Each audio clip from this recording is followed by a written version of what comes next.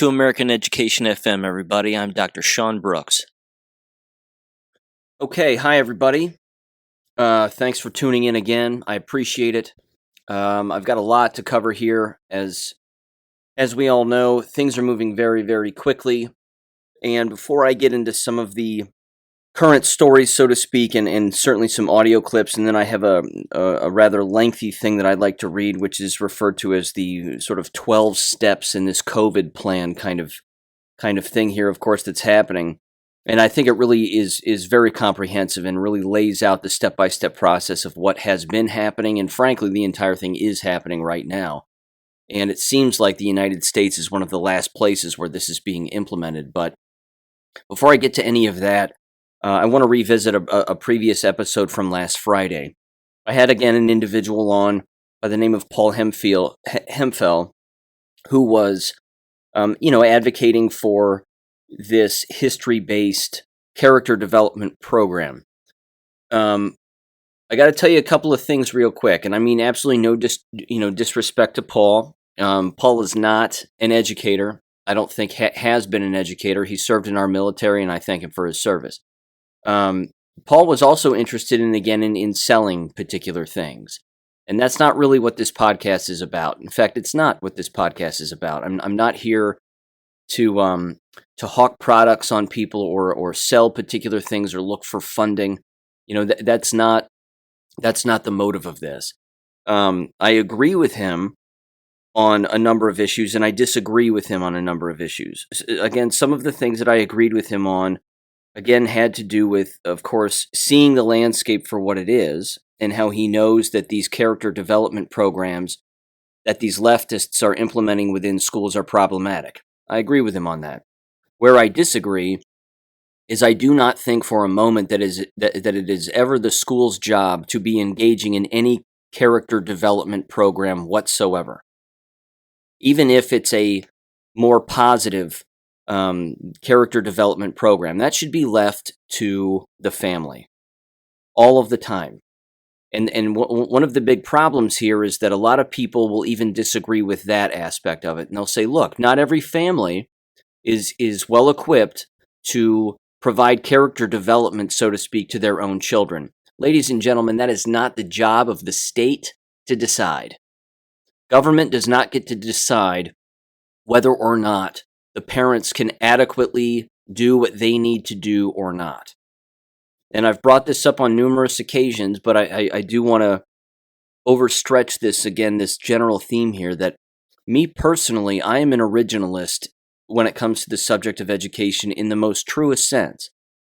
I do not think that the games, the gimmicks, the nonsense, the bread and circus, the character development, the outside infiltration from corporate America coming into a school is good. I think all of that is bad.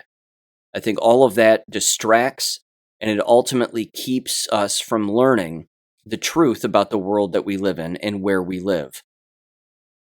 And it keeps us from, again, reaching our fullest potential, whether that be a literacy potential or understanding, again, accurate history or whatever it is. So I disagree with him on that. It's pretty evident, again, that he cares. I'm not saying he doesn't care. He certainly does. But I personally am not a salesman.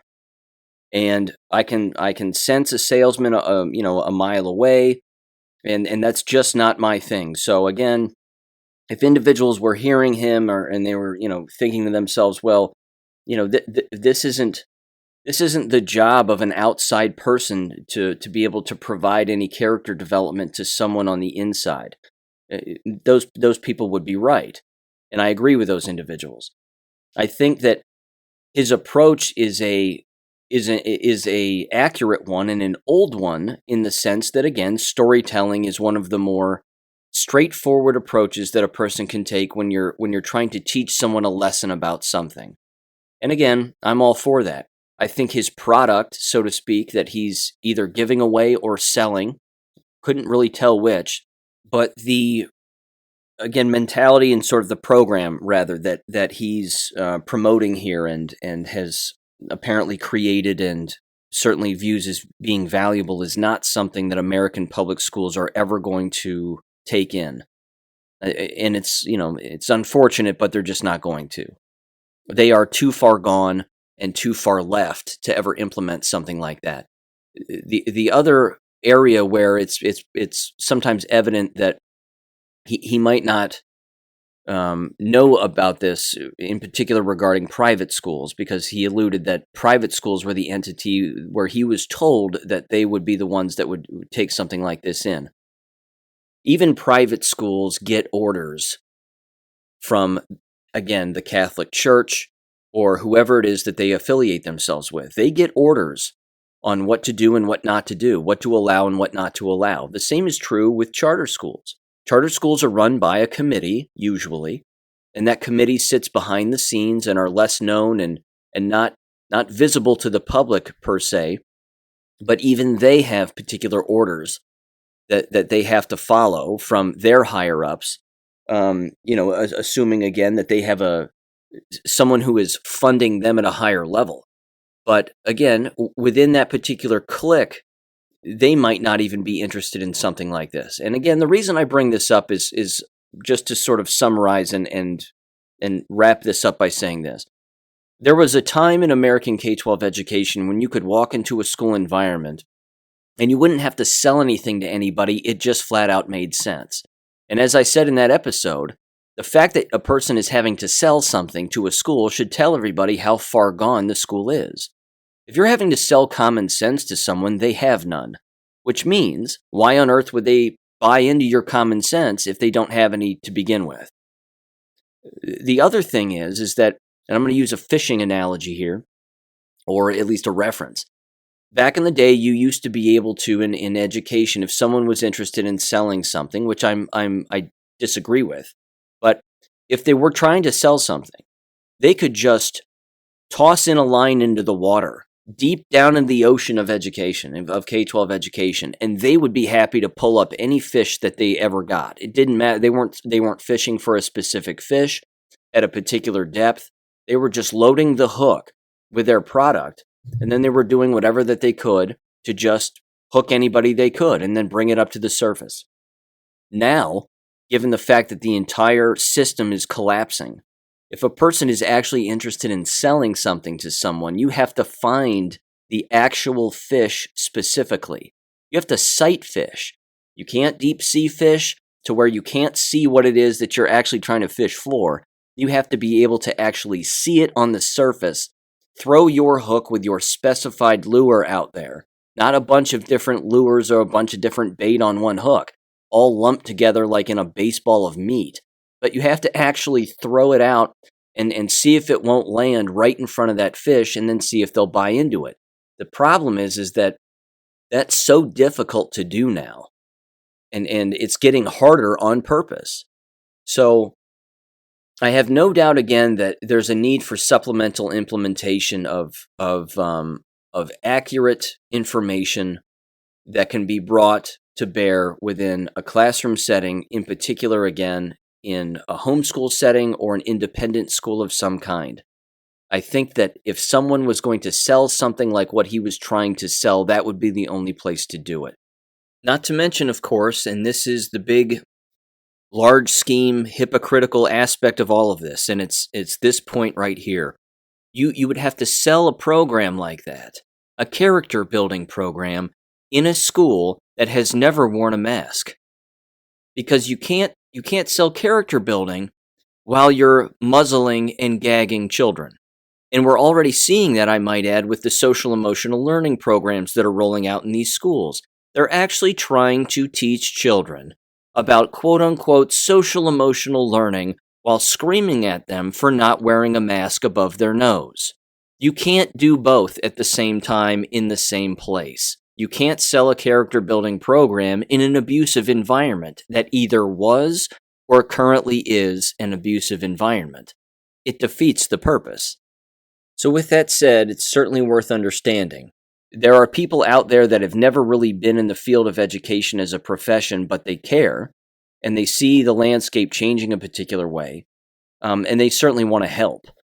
But we cover a variety of topics here. I do, certainly, and so do the guests who contribute in XYZ. We cover a number of different things here, and That's about the best way I can summarize it. So I'm doing my best that I can to analyze a variety of different topics the best I can. I'm reading constantly, and I'm trying to be the voice that you can hear as often as humanly possible. So, with that said, let me dive into some things here as well.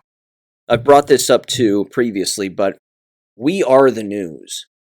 I mean, the American public really is the news. And even these massive websites, for example, like Gateway Pundit or National File or whatever, a lot of these, major news outlets that some might view as being alternative or conservative or whatever, they're receiving their stories from us. They're receiving their stories from our research. We're the ones looking up a lot of this information and then thrusting it on social media or putting it out there in all of the different venues that exists. And then what you'll see is you'll see weeks or even months later, the story that we brought up pops up on their website as if it's brand new, when in fact it's not. Case in point. I brought this up a while back, and this was, of course, something that took place back in September at Arizona State University regarding the two white male students who were in a study session with each other in what I assumed was a library or something like that, a study building, whatever. And then they were bombarded by two female students of color who decided to start railing on them about how they were making this quote-unquote space unsafe because of stickers that they had on the back of their computer or whatever. They weren't bothering anybody. That wasn't the issue. The two girls ended up being disciplined by the university for creating a massive, confrontation. I mean, it's disorderly conduct. That's against the law. They were screaming, yelling, creating a scene in a public place. That's you really can't do that. Certainly not on a university campus. Fortunately, the university acted and asked these two brainwashed girls to write a paper, and that was sort of their punishment. To write a paper by December on how to tolerate individuals that you disagree with, or how to have conversations politely or civilly with people that you disagree with. And in typical fashion, given their level of mental instability, these two gals decided to get on Instagram and start railing on about the university and how racist they were, and everybody's a bigot but them, and blah, blah, blah. What was interesting is they put that out on their Instagram, I want to say toward the beginning of December. Well, it was just about a week ago that the Gateway Pundit put it on their website again as if it was a brand new thing. It was well over a month old. So, again, therein lies my point. My point is that it really is small podcasts, and it really is, the individuals that are doing some of the digging to help bring some of this information to the forefront that really can get hidden and ignored very, very quickly. And then, of course, unfortunately, one of the things that happens is it reaches these major, well-funded websites and presented as if it's brand new when in fact it's not. So the point is that I myself and countless other individuals, for example, like Jesse James on the Dangerous Info podcast, which, by the way, I was just a guest on his podcast the other day. It was an honor to be on his podcast, and I really do enjoy it. But we are the news, ladies and gentlemen. It really is that. It's that simple. We are the news. So I want to get into just a few headlines here because there's way too many to even cover. Certainly within an hour. I do have audio that I want to play, but there's only a couple of these stories that I want to read through at length. But I just want to hit on some of these particular headlines here. The first was again thrown to me by a listener of the podcast, and I appreciate them throwing this my way. I believe it was JT, if I'm not mistaken, previous guest on. It's titled the following, and this comes again from about a week ago or so, but it's titled Goodbye Standards, Hello Progress. Virginia School District proposes banning homework, extra credit, and essentially grades altogether thanks to unlimited retakes, quote unquote. And this comes from survivalmagazine.org.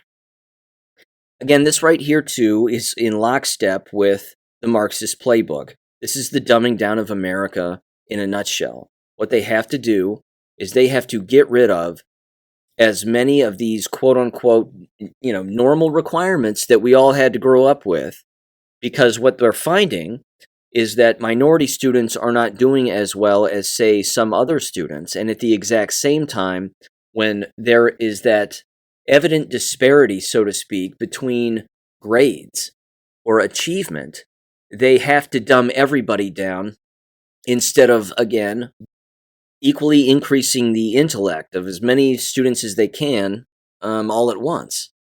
And that, to them, that's harder. That would indicate that they would actually have to do their job, which they don't want to do. So it's easier to just do less for them and dumb everybody down at the exact same time. That way, to them, they can rewrite the bottom line, and it looks like everybody's achieving the exact same, when of course we know that that's not true. See, that's communism. That's what they want. So I'm going to dive into this here. It says, quote, "The Arlington County School Board in Virginia recently introduced a proposal that would essentially eradicate the grading system as we know it. Keep in mind, this is not unique in the larger landscape. This is one of those things that's been happening for quite some time, and unfortunately will continue to happen across the nation until, of course, people decide to homeschool. It says, according to Fox News, the proposal would force educators to allow their students an unlimited number of retakes on assignments, ban giving out extra credit, and would effectively eliminate homework completely by prohibiting it from being graded at all. As justification for the radical changes, proponents of the new system claim that certain basic standards, quote unquote, like having late penalties in education, could potentially harm poor and minority children, who they claim may not have access to resources necessary to complete assignments on time." I don't even. Wow. Okay. They all have access to a clock. They all have access to a watch. They know when they have to turn things in on time. The fact is that it's the role and responsibility of the teacher to make sure that the students have access to the material that they need to complete the assignment. If they don't, then you don't assign it. It doesn't mean that you eliminate the foundational framework of assessment in order to assess students. That's not what you do. That's not what you do. All you do is you change the assignment, but you keep the assessment the same. You keep the grading the same, so to speak, but you just offer up more ways to grade them, or different assignments, so to speak. But again, this is an example of not just dumbing down American students, but they're purposefully dumbing down American teachers as well. That's part of the scheme that's taking place here and has been taking place for a very long time. This article continues, and it says, quote, "Additionally, it has been suggested that students should not be graded on homework assignments because the fear of making mistakes will have a negative impact on their learning process," quote unquote. This is the wussification of Americans. In a nutshell, it can't be any clearer. It says again, quote, "By every available definition, that is the epitome of the soft bigotry of low expectations." It says, "Naturally, the proposal sparked outrage among parents whose children attended school in Arlington County, but somewhat surprisingly, even some of the traditionally woke educators strongly opposed the ridiculous plan." It says, quote, "Numerous teachers from the area slammed the proposal, saying it would give children a blanket free pass while dramatically reducing the quality of education in the county." No kidding. I'm going to stop the article there, but no kidding. The other thing, of course, that it does, which they're not planning on, nor do they care about, is that it's going to create more work for the teacher. They're already masking them. They're already jabbing them. Now they're eliminating grades. Ladies and gentlemen, they're shooting themselves in the own foot while standing in their own grave. We are watching and living through the destruction of the entire education apparatus as we've known it. And now they're so far gone mentally and emotionally, physically and socially, the people that are running these buildings, that they're telling you that they're destroying it, while claiming that they think that this will just become the new normal, that this is going to be the way that it's going to be in the future, but they don't seem to understand that you can't eat rotten food. They're trying to get everybody to keep eating it, but it's dissolving in the middle of their hands, and eventually there will be nothing left. I mean, they're telling you again that their employment isn't going to last long. You cannot make asinine decisions like this on a regular day in and day out basis and expect to be taken seriously or survive. And even the brainwashed teachers, again, are pushing back on this, which I just think is hilarious. But again, even they are saying, wait a minute, this is absurd. So, yeah. So there's that. And that's a constant theme, again, that's going to continue, and it's not going to be something that goes away. Here's another one I wanted to read in its entirety because, again, this is one of the things that is happening that the mainstream media is not discussing, nor are they diving into in particular at any length or with any effort. And again, this comes specifically from Ohio, but rest assured, this is not just happening in Ohio. This is happening everywhere. This comes from the Columbus Dispatch, which is Columbus's major newspaper. And it's titled, 4 Ohio Universities Are Sued Over Their COVID-19 Policies. Now, again, listen to the justification from these quote-unquote health experts as to what's going on here. They're holding on to their lunacy by a thread, and they just do not sound well when they're essentially at the end of this article saying, well, such lawsuits are null and void, and they'll never last, and they'll never hold up in court. On the contrary, when you step in front of a judge and you show them all of the medical facts that prove that every single move that's being made in all of these universities and schools is actually killing people, that they're killing their own staff members, that they're killing their own students with these actual mandates, quote unquote, or requirements, that judge, of course, unless they're completely brainwashed, that judge is going to rule in that individual's favor who is suing these universities. Because as we all know at this point, you cannot deny the truth of what's going on here. The scheme is vast, the scheme is long and wide.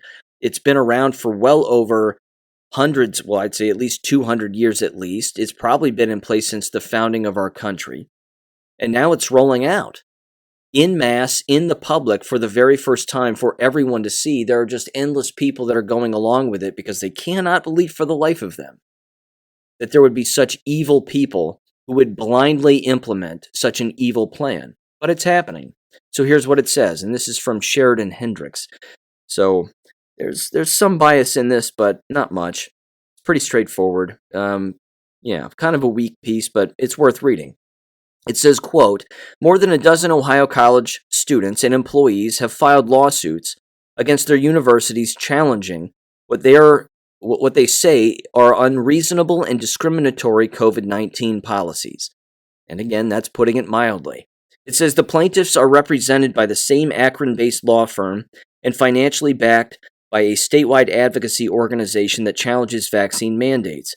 Mendenhall Law Group filed a civil lawsuit last month against Ohio University in Athens County Common Pleas Court on behalf of 16 plaintiffs seeking relief from what they say are OU's unlawful COVID-19 vaccine, masking, and testing requirements. Quote, you can't treat someone differently based on whether they have been vaccinated or not, said Warner Mendenhall, one of the attorneys representing the plaintiffs.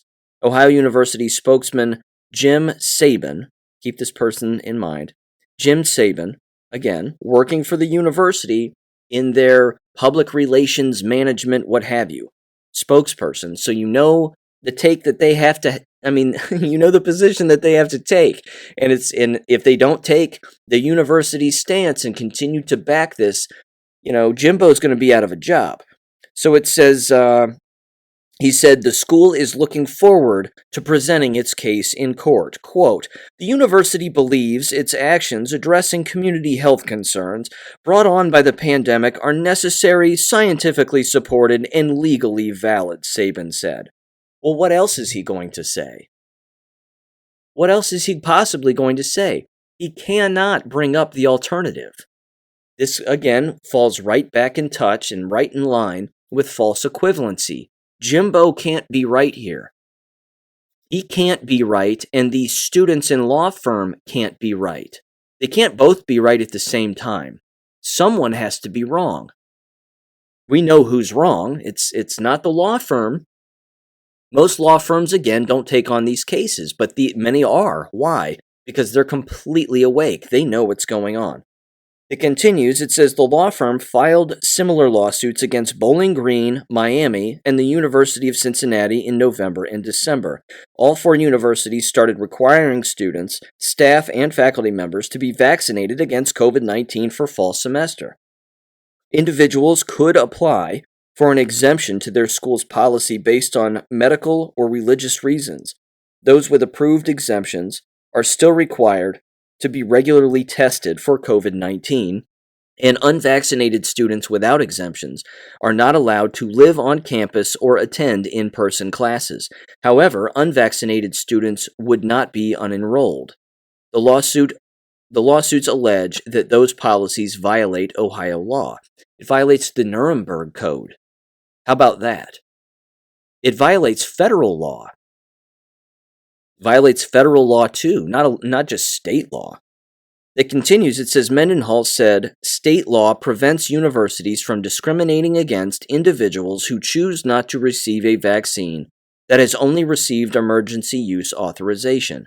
In July, Governor Mike DeWine signed House Bill 244, which prevents public universities from requiring COVID-19 vaccines until they receive full approval from the Food and Drug Administration. The FDA approved Pfizer's COVID-19 vaccine. No, they didn't. That's a lie. Which is being marked under the brand name Comirnaty. Again, Comirnaty is not available in the United States, ladies and gentlemen. It's being mislabeled. If it exists on a vial, and somebody's being told that that's what they're receiving, that's not what they're receiving. It says for full use in August, making the law's vaccine language moot. That's not true. That's also a lie. Mendenhall contends Comirnaty is not available in Ohio. No kidding, it's not available anywhere. As even Dr. Robin McCutcheon brought up in the last episode. It says only the Pfizer-BioNTech vaccine, which he alleges did not get full FDA, as did Comirnaty. It's not an allegation that Pfizer's vaccine, quote unquote, not a vaccine, that Pfizer's death shot is not FDA approved. It isn't FDA approved. That's a fact. None of these are FDA approved. They just, yeah, I don't, again, the person writing this, and when this goes to court, it's going to be proven beyond a reasonable doubt of what's going on. This is what the enemy doesn't seem to understand. And again, I understand that there are corrupt judges all throughout this country, and that's going to continue to be the case.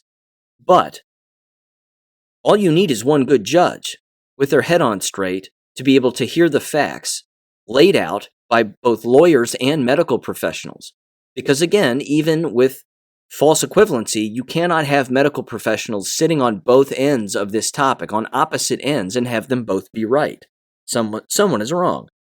It wraps up by saying this. It says, however, Comirnaty and the Pfizer-BioNTech vaccine are interchangeable according to the FDA. Well, they're interchangeable because even though one doesn't really exist only in name, and the other has not been FDA approved, they are not interchangeable. So that's a lie. Of course, why are we trusting the FDA at this point anyway? But it wraps up by saying this. It says, Sharona Hoffman, a pharmaceutical law, bioethics, and employment discrimination professor at Case Western Reserve University in Cleveland, said the lawsuit's challenge is void because Pfizer's vaccine formula didn't change after it received the FDA's full authorization in August. The only difference is its name. Pfizer's vaccine never received full authorization from the FDA. This made-up name Comirnaty did. And this individual is right. There is no difference. They are the same thing. The only thing that changed was the name. The only thing that, again, was tossed into the word salad here is that word Comirnaty to confuse people. Ladies and gentlemen, the broad thing here is this. I'm glad these are making their way into court. They're going to make their way into court. Public schools are going to be sued, are being sued, and they're losing. They're losing because once you take all of the facts that are to bear that any of us can see and touch, when laid out in front of an ethical judge, they don't stand a chance. It doesn't matter what lawyers are representing these particular universities. These universities are going to crumble because of the impending lawsuits from their deaf and ill children. The problem is that many of them are taking this and signing off on the piece of paper to take these jabs, which means they're signing away their rights. They're signing away any liability charge that they could throw against these universities and these schools. That's the real problem here. That's why they've got to walk away. If they walk away, then they can sue later while they're alive and their health is still intact.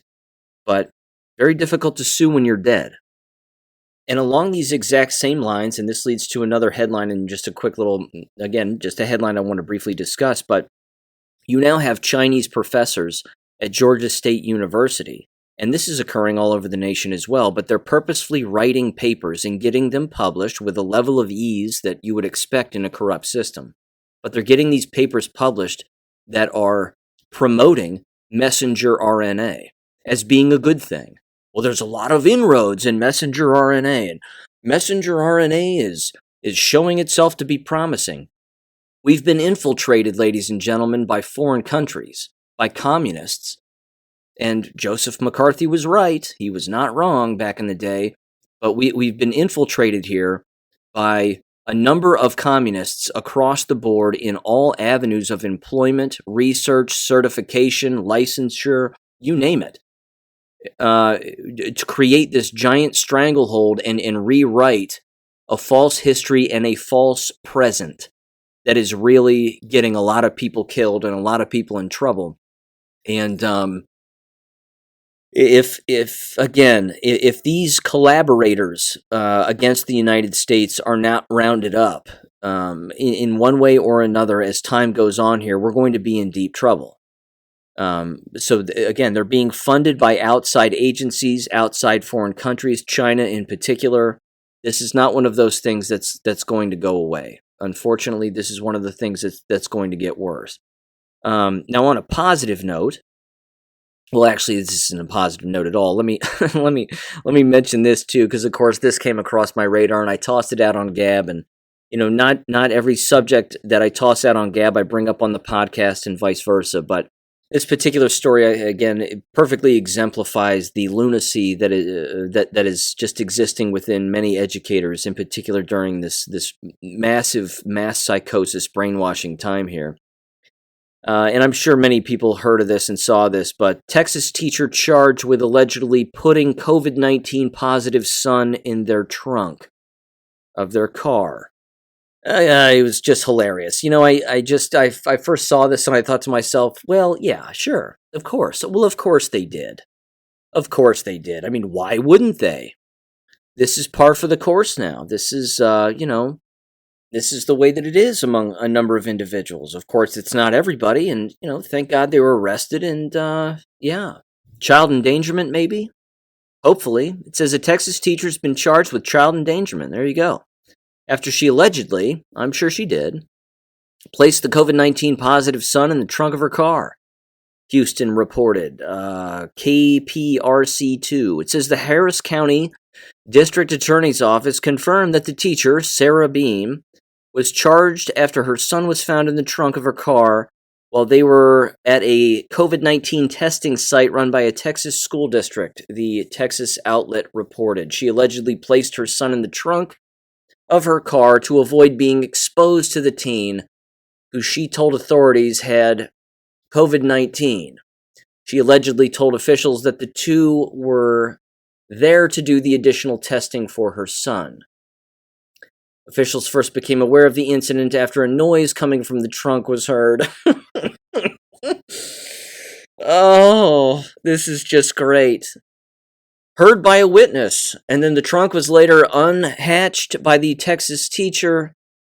The news outlet reported the witness then contacted police after Beam was reportedly told that the teen needed to be removed from the trunk and placed in the back seat, or else they would not receive a COVID-19 test. The teen later left the trunk and entered the back seat, according to surveillance footage that officials were able to access, the news outlet noted. Police Department for Cypress Fairbanks Independent School District said a warrant for her arrest has been issued, and she is on administrative leave by the school district, It's not immediately clear if Beam had a lawyer representing her. The Hill has reached out to the school district's police, and Harris County's attorneys for comment. No comment, blah, blah, blah. Peak insanity. It's not going away. First, we're spraying students in school with disinfectant because they're not wearing their masks appropriately. Now we're tossing our own children in the back trunk because they're testing positive for COVID, or they have COVID and we don't want them to, make other people ill. I don't know. These people are they're not well.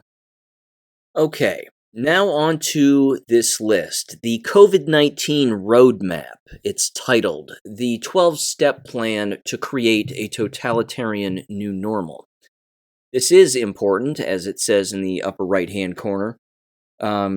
It's a fantastic...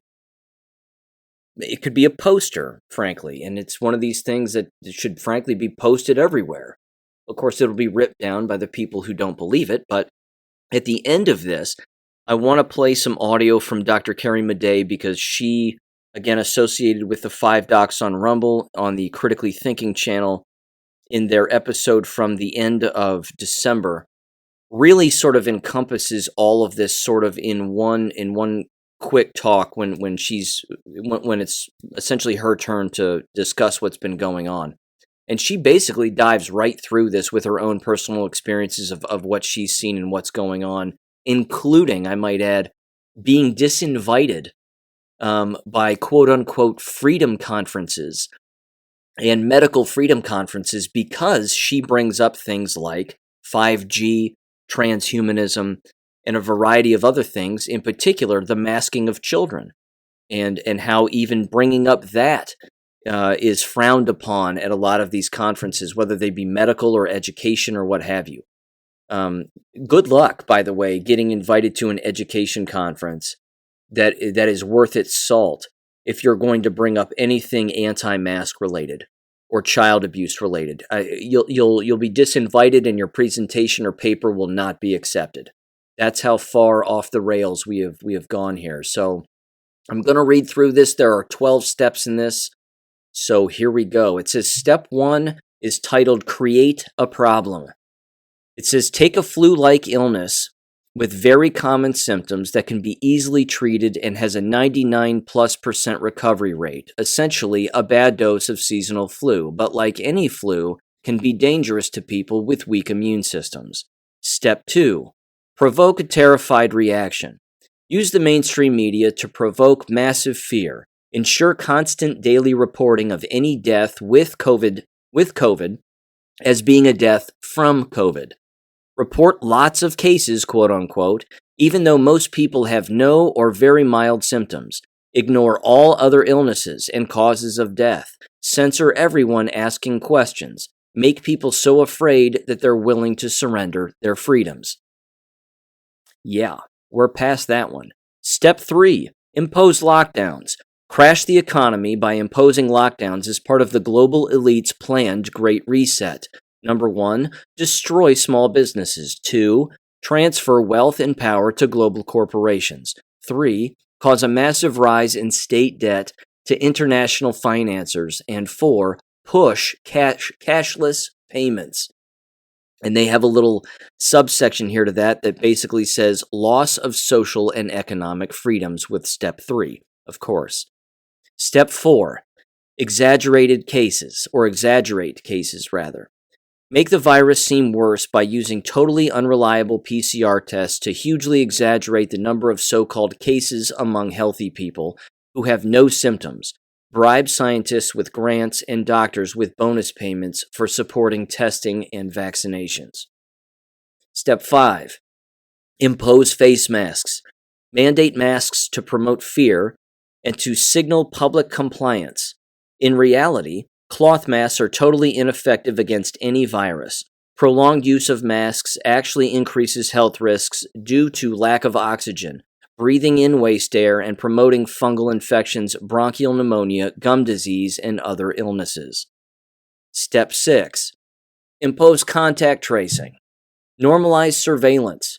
Get people to accept having all of their personal movements and social contact with people tracked, recorded, and analyzed for health reasons. Loss of social privacy. Step 7. Impose health passports. Introduce health passports apps for smartphones. These will monitor and restrict people's freedom and movement and ability to access education, employment, and all types of services. These will become the basis for a global digital identity and tracking system. ID 2020, and then it says loss of freedom of movement. Step 8.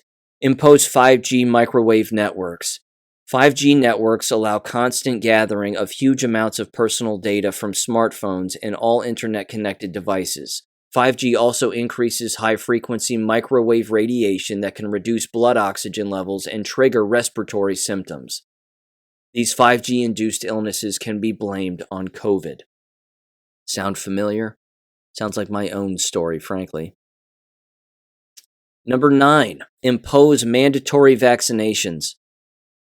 Mandatory vaccination will generate massive profits for Big Pharma, who have 100% legal immunity from all injuries and deaths.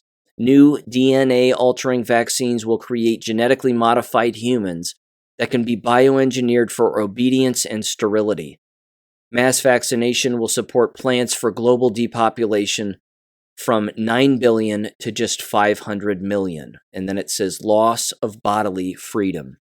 This too, I'm going to mention this before I finish the list. I also mentioned this on Gab. People have got to stop taking flu shots. Flu shots have never protected against anything. They're loaded with carcinogens. This is beyond provable. Because what they're doing, and they've already done it with the Novavax shot, is they are combining the two. They're putting messenger RNA into flu shots in flu juice, so to speak, which is, again, it's not... There's no flu virus. It's all of the poison that's in those shots that makes people ill, and then they think they have the flu. I've been over this at length, you know that, but that's what that is. So, yeah, people have to stop taking all of these shots. You've got to become a no-shot family from here on out for the rest of time, and hopefully instill that in your children and sit them down and say the exact same thing. Because again, getting children to believe that taking injections by way of needle throughout the course of their life, that's somehow going to protect them or lead them into good health is an absolute lie, and that's part of the indoctrination program that's taking place, which is terrible. It continues. Okay, step 10, impose a cashless economy. Cash allows people to shop in privacy, but a fully cashless economy means a total loss of financial privacy. Access to digital finance can be easily withdrawn from anyone who dissents from officially approved views or behavior. And then, of course, it says loss of financial freedom. 100%. Number 11, impose human nanochip implants. This is also already happening. Roll out remote-controlled radio frequency identity, or RFID, nanochip implants to allow constant 24/7 monitoring of your movements, contacts, health status, and digital payments. These implants will remove all human privacy. Once normalized, they become compulsory and humans will be forced to begin merging with AI machines. Loss of all human privacy. And finally, step 10, the new normal, a totalitarian tyranny by 2030. A new normal run for their benefit of a tiny global elite. Their plan is a depopulated, dehumanized, high-tech totalitarian world with genetically modified, obedient humans, nanochipped and permanently connected to the internet, living socially distant, virtual lives, monitored and controlled 24/7 by artificial intelligence. If allowed, this will be 21st century fascist communist tyranny. COVID is being used as the smokescreen. Wake up. And then it says loss of free will and human spirit. Unquote. It's an excellent diagram. It's an excellent picture. It should be a poster. A little too long for a bumper sticker, but that's the plan, ladies and gentlemen. That is the plan. It's always been the plan. It's been written about for a very long time. Use technology to control people. Use scare tactics rather to control people. And then, goodness gracious, if we can have the school system do it, then we can kill all kinds of birds with one stone. And it's happening. So with that said, here's some audio from Dr. Carrie Madej on the last time that she was on with the 5 docs. And I'm going to play her audio, so here we go. Dr. Madej, it can't be easy being such a pioneer and so brave to reveal to the world what you found when you looked under the microscope and discovered some really disturbing aspects of what is in these vials. So how does that play into all this? I mean, just talk to us about what you discovered, what you've done with that information, how absurd it is. And it's really at the core of the destruction we're seeing and the death is what you found in those vials. One thing I wanted to read off from what Christiane just said is that since I've been publishing those photos and doing that investigation, some other people have been sending me what they're finding. Of course, they don't want to go public. This is part of the problem. People say, oh, why is it just you? Oh, why is it just me? I don't know. Or just a few of us, a handful of us. But I can tell you there are people finding things and they will not come forward on their own. So, for instance, the IVF clinics, in vitro fertilization clinics, I've been sent pictures. And I'm getting one of them to send me a sample. So what is happening across the US, even around the world, is that when one of the parents, they're going there because they can't get pregnant, right? They've been vaccinated, either the father, the mother, or both. What they're seeing for the first time ever is that the genetic malformations are so extreme, they've never seen this before. And of course, they have to discard the embryo. The other thing, though, is why I was contacted, is that in the wells of the embryos that have been vaccinated, not the plain wells, not the ones from the unvaccinated, there's contamination. And the contamination is so grand, they are discarding the embryos, or so that's what they're saying. They've never seen this before. This is the first time ever, only when the COVID shot started. So when I looked at the picture that was sent to me, it looked more parasitic-like, these little squiggly lines. I don't know, because no one's looked at it under the microscope or sent to analyze it. They're told by their superiors to shut up, don't say a word, don't do anything about it. Are they all discarding these? I don't know, but there was more parasite than embryo. So, or what it looked like, I should say, what it appeared to be. So when these people are going out there telling you, I got my shot, I feel fine. I feel fine. Bragging about going on their cruise, whatever. Maybe they do feel fine. But they're going to have babies if they make it to, if they're able to give birth to, what is that? I mean, how is that not changing the genetic structure of these embryos? And then what is that growing in the petri dish? My gosh, it's definitely coming from these injections. And so we need to look at this. What is going to be born if they're born? What are they? And what is going to happen to them? This is a big question, guys, that has to be answered. I know it sounds so sci-fi, but we're in the middle of it right now. And it's not just one, it's many of them. So Utah, California, and Georgia. I actually talked to a man. He went to an IVF clinic in Georgia, and he told me that, yes, the genetic malformations happened after his wife got the shot. He was told that. And I told him, why would you do this? He goes, well, it would be worse if we didn't get it. Right. So then they have to get a surrogate egg from an unvaccinated, I'm saying the word vaccinated loosely, I'm sorry, unvaccinated woman. And then the next step, what's happening? They're having a need for surrogate women who have not been jabbed. They can't. This is the Handmaid's Tale. Yeah. This is crazy. So I'm getting reports of that also in the blood clinics with the people getting ozonated blood. I sent the 5 docs these pictures that they're seeing a trend with the people who've been injected, that their blood, when they're getting ozonated, has a sticky white residue that sticks to the sides of the IV bottles, the plastic. I've never seen anything like that in my life. I don't know what to equate that to. They haven't either, only since these COVID shots have been coming out. What is that? So these people can say they feel fine. Something wrong is happening. And I can tell you that, my mother got 2 of the Moderna shots and some of my friends and family. So for me to come forward with those pictures was hard, really, really hard. And I wish I didn't have to do it, but these things are real. There are other people. I work with journalists on this. They're too afraid to come forward with the findings, but they've seen the same things I have with the chain of custody, et cetera. So it's not made up. And I can tell you the batches are different. Absolutely. Where they come from, which state they come from, when you get them, everything is different. So they are definitely changing things as time goes on. It's just a Russian roulette, and we are the guinea pigs. We are under Dr. Mengelé's experimentation, and we have to face these things that are going on. And I do want to bring up this, that I was disinvited from a medical freedom conference for the children a couple weeks ago because a new person took that conference over, and they said they couldn't use the word transhumanism. So that's a red flag. The other thing was they were mad that I was going to talk about monoclonal antibodies. They told me we didn't ask you to talk about that. And so they were for monoclonal antibodies. I told them, well, I would be very cautious because of this. And please warn everybody and I think other docs here agree, is that we don't have enough research on them. They're completely experimental. They're not tried and true.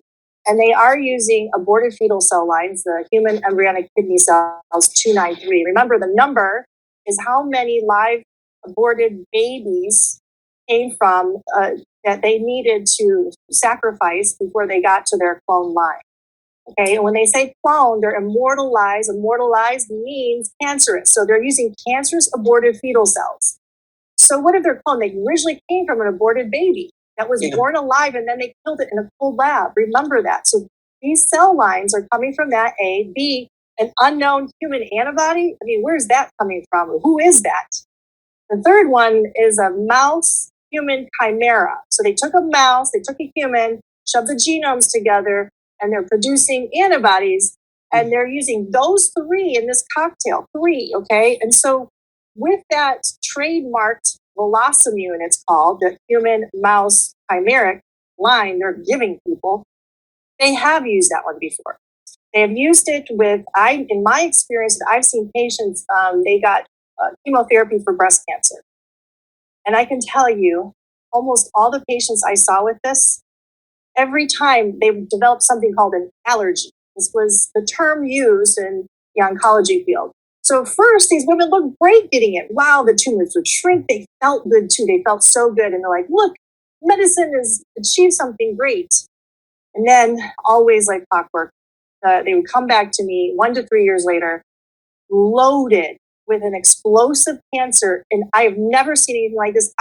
The ultrasound would show that all of the organs were melting into each other. We couldn't tell, the radiologist and I, what one organ was from another. Of course, nothing could help them at that point. And it would happen within like a month. It was unbelievable. 5 years at most. So, I mean, yes, they got many of these treatments, and this is just one, but what are we playing with here? So please don't fall for the hype of just get your monoclonal antibodies. We don't know, guys, what's going to happen to you. And in fact, these companies are making so much money and they don't care about your health. And these are the same companies that are killing us with other things. So why do you think they're going to tell you the truth now? So please, I'm being censored. Other people are being censored. They don't want anyone to know that. They're going after the church groups. They're meeting with them in the churches to tell them to get the monoclonals just for preemptive measures. We just have to be really careful who we listen to. I think you should question all of us, right? Every single one of us. I mean, any of us can be wrong. Just because one of us says something, it's not set in stone. So please do your homework. Look at what the speaker presents to you, and do your own due diligence, please, especially when it comes to these new formulations that are being put on the group. The third one that I got censored from this conference was about the children. So I was putting up Pfizer's commercial, and I was putting up Sanjay Gupta. I don't want to call him a doctor, not giving him that honor. Put up what he was doing with Sesame Street with Elmo. And I was showing them how they're marketing to their children. They're putting these things in the school, putting this to the children, telling them to have superpowers because of implied consent. Because when the child in the school when you have your child on the school bus or in a school property, you no longer have guardianship of your child. At that moment, it's gone. They can give your child from 6 years age and up a medicine or a shot without your knowledge, without your consent. It's called implied consent. So this is why they're marketing to the children when you're not watching. You're watching these commercials. Meanwhile, they're getting ready to enforce something called implied consent. Look it up on the World Health Organization. So those are the three things that it was censored from. There's a lot there. There's a lot there. That's why I really believe that really is one of the more valuable programs to listen to. And again, they'll put out a video, usually just with Dr. Tenpenny and Dr. Polevsky, if I'm saying his last name correctly. You know, they'll put out a video on the Critically Thinking channel on Rumble once a week.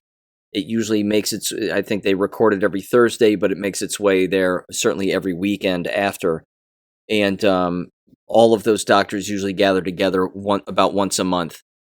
And it's remarkably valuable, incredibly valuable. Again, regarding the censorship that she was discussing, par for the course, pretty standard. Very interesting, however, that even again, these quote-unquote freedom conferences are censoring people.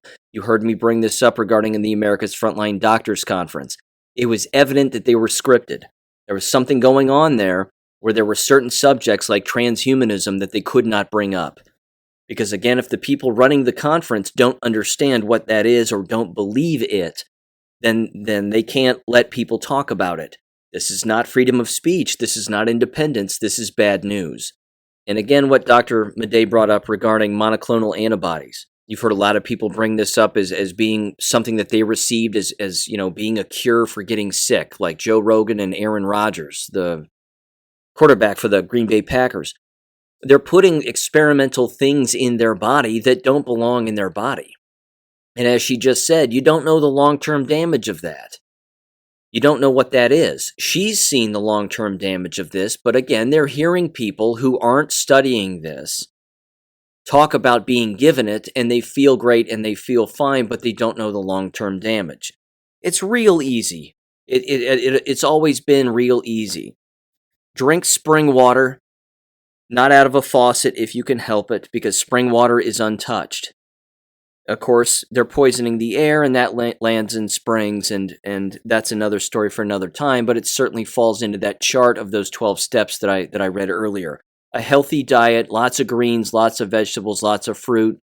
Unfortunately, a lot of it is genetically modified, and that's not a good thing either, but you know that's a well-balanced diet. Fish, some red meat from time to time, in particular if it's organic, the best you can get it, and exercise. Again, supplement appropriately with vitamins and minerals, but that's it. You know, when a person gets ill and you start experimenting on your body with experimental material, that's not a good thing. But people don't need to panic, and they don't need to immediately say, oh, I have COVID, or oh, we're all going to die. Just cool it. I mean, everybody just needs to kind of cool out and just take a big, deep breath. Certain things are going to be okay, but we've got to stay informed on what's going on. We have to always drink in the bigger picture, regardless of how horrific it may be and how horrific it may seem, and just control what we can control. And then stay away from the things that we cannot, but always keep an eye on the things that we cannot. And I want to give you one example sort of in closing here, but I want to mention a positive thing here toward the end. This was something that just happened. I was just called. It was very interesting. And again, I'm sure this is happening all over the place as well. But my mom just called me, and she was driving my dad to an eye appointment where he's receiving injections in his eye to improve his vision. And the parking lot had apparently patients in it, but the door of the office was locked. Everything is locked up. No one's answering the door because no one is there. The lights are off. The doctors and the nurses and the people working in this eye place aren't even calling people to tell them that their appointments are canceled, because apparently they're all out with quote unquote COVID. All of them are sick. All the nurses and the doctors and the surgeons and whoever, they're all sick. And none of them were there. Finally, one of the people in the parking lot again confirmed that by getting a hold of them and said, "Yeah, we're all out. We're all sick. We all have COVID, quote unquote. We can't, we can't do what we need to do." And apparently, they're all so ill again that they can't make phone calls and call people and tell them that their appointments are canceled because they're all sick. Ladies and gentlemen, these offices are going to dry up. They're going to dry up. These doctors' offices are going to dry up. These places are going to dry up. This is going to have a massive impact on our economy, healthcare, you name it, because all of these people have been jabbed. They are not ill from COVID. They are ill because they don't have an immune system anymore. The poison of the jab is making these people ill. And it's going to continue to be the case. Because again, as I stated and have stated on numerous occasions, in particular with Dr. McCutcheon in the last episode, vaccine autoimmunity deficiency syndrome, or VAIDS as it's now being called, does not wait for a particular month of the year. This will be a year-round phenomenon that will occur that endless people will be able to see and notice. So that's also happening. So keep that in mind, and that's an example of something to keep an eye on, and one of the things to continuously pay attention to. And on a positive note, here it is. Dr. Mike Yeadon, and I'm going to link this entire, this particular video in the description below because it's worth the watch. But he's talking with Dr. Rainer Fulmick as well, who's a lawyer in Europe. And they're communicating again about the history of all of these shots and where they come from. And Dr. Mike Yeadon's talking about his background in XYZ. He mentions an excellent story about how there are UK schools, in the UK, of course, that are deciding that the students themselves and the parents have all said, we're not wearing your masks, we're not taking your COVID tests. Your COVID tests are faulty, the masks do nothing, they're only hurting people, and we're not doing it anymore. And then they've even unionized themselves, and they're just showing up to school without having taken tests. None of them are wearing masks, and they're teaching them anyway. And they're being taught anyway, and they're going to school anyway, because they're not complying. That is a beautiful thing. You have 95+% I've read of these students that are not complying. And they're still showing up to school. So wake up, America, because they're doing it they're doing it across the pond, and they're not complying across the pond. It would be nice to see every single student in an entire school district throw their mask in the trash and show up to school anyway, and see what that school does. See what the school officials do to every single one of you students. They can't suspend you all. They can't suspend you all. So stop complying. That's the lesson. And always keep your ear to the tracks to hear what's coming, because, ladies and gentlemen, it's going to keep coming. With all of that said, ladies and gentlemen, there's a ton there. I know, big episode, but I'll catch you on Friday. Take care. Thank you for listening to American Education FM. Make sure and check out AmericanEducationFM.com for more information. Take care and God bless.